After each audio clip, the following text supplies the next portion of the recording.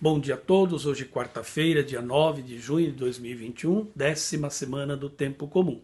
O Evangelho é de São Mateus, o capítulo 5, versículos de 17 a 19. Naquele tempo disse Jesus a seus discípulos: Não penseis que vim abolir a lei e os profetas. Não vim para abolir, mas para dar-lhes pleno cumprimento.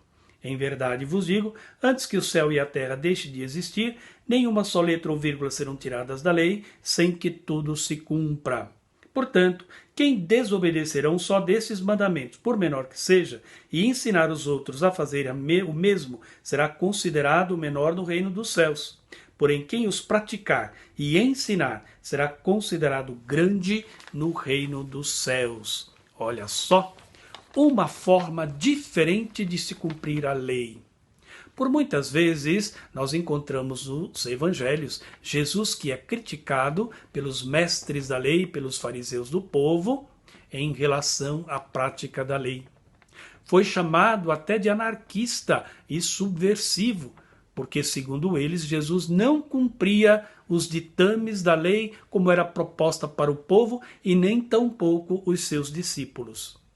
O modo como Jesus via a lei e se comportava em relação a ela e ensinava os discípulos a se comportarem fazia com que os seus adversários tivessem dúvidas em relação a ele. Por isso, por vezes, o chamaram de anarquista. A sociedade judaica estava fortemente alicerçada sobre os ditames da lei mosaica, e ai de quem dissesse ou fizesse algo em contrário, seria uma loucura completa. A prudência fazia com que as pessoas cumprissem sem questionar. E quem não cumprisse, então era afastado, ficava de fora. Além disso, os fariseus funcionavam como espécies de fiscais, sempre de olho em quem porventura não cumprisse a lei. Se alguém fizesse alguma coisa em contrário, era denúncia na certa. Por outro lado, os discípulos do Senhor poderiam enganar-se ao pensar que, de fato, com as suas palavras e gestos, o Mestre Jesus estivesse propondo uma liberdade e até uma independência radical em relação ao cumprimento da lei.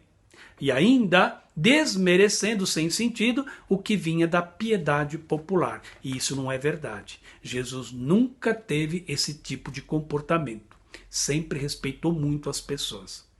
Mas o que se passava na cabeça do mestre quando ele diz que nenhuma palavra ou vírgula da lei serão tiradas antes que tudo seja realmente cumprido? Ele não proclamou inútil, mas também recusou-se a se submeter a ela de maneira servil e ingênua. Porém, introduziu uma maneira diferente de obedecer às exigências da lei. Mas de que forma? Superando a materialidade da letra para buscar o desígnio divino que a inspirou.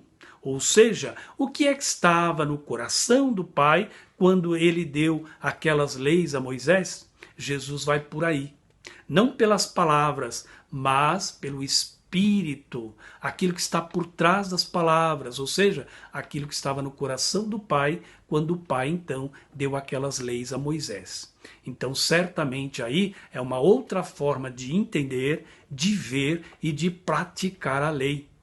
Quem segue a letra corre um risco e um perigo muito grande. A lei, enquanto escrita, ela realmente é radical, é forte e ela pode escravizar e até matar. São Paulo é que depois trabalha bem isso.